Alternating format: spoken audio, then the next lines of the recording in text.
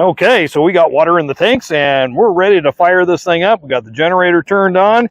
So let's go ahead and turn on the dewatering shaker deck. And now the motors are vibrating, but you know, there's not much to see at this point.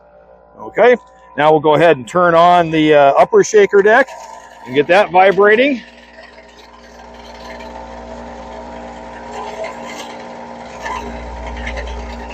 Okay.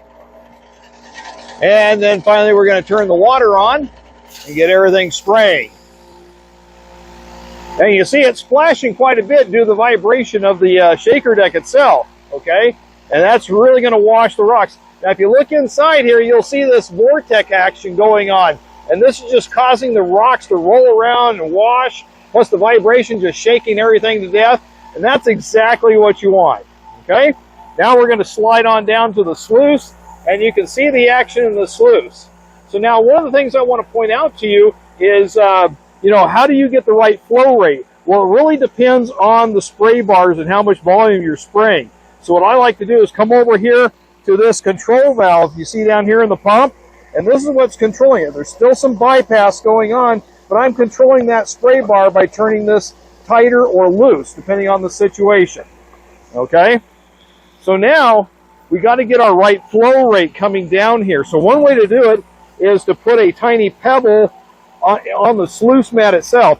This is a 30-inch sluice mat, so the material should transit at about a rate of 2.5 seconds. In other words, 1 foot per second. So I'm going to go ahead and drop this little stone in here, and I don't know if you can see it, but we'll try to follow it. And so we're just going to go 1001, 1002 and a half. There it goes. So that was it. So therefore, that's how you can tell you have adequate flow down the sluice.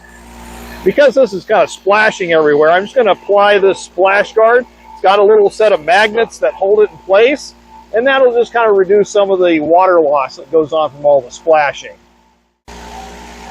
Okay, now we're ready to feed some material in here. So I'm going to try to do this single-handedly. So I'm just going to just tip the bucket over here, just kind of run some material in there, and you can just see the action. Look at everything going crazy in there. You see that? Woo, those rocks are just dancing in there. Isn't that unbelievable? Wow. And then look at the action down here on the sluice.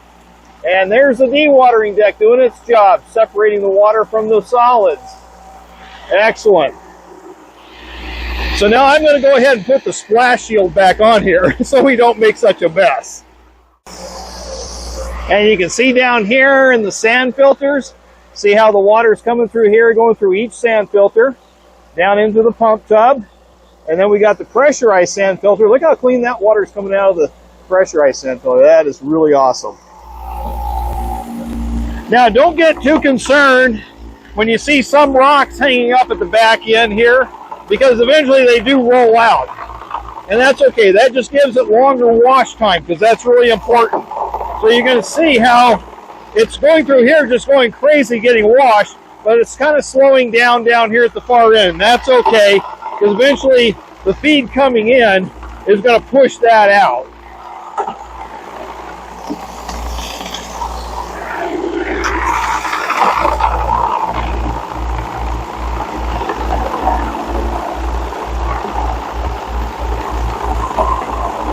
And that's what you want. That way the rocks get a lot of hang time back here in the wash, you know, stripping all the gold off of the rocks. And that's what you want to see, even though it's kind of bunching up at the end.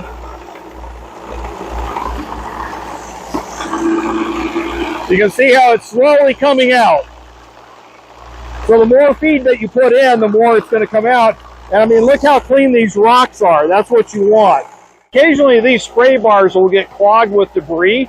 So what I like to do is take this little spatula thing, okay, and just kind of slide it into the slot, like so. You see that? And what that does is it clears it out.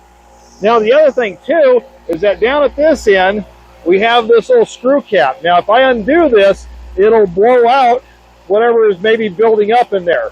So we can go ahead and just push this out, unscrew it, and there we go. Now we're purging. Now I'm going to shut the water off so we don't lose a bunch of water, but at least we purged out any material that may be stuck in that spray bar. Okay? Now we'll go ahead and turn the water back on, and we're back in business.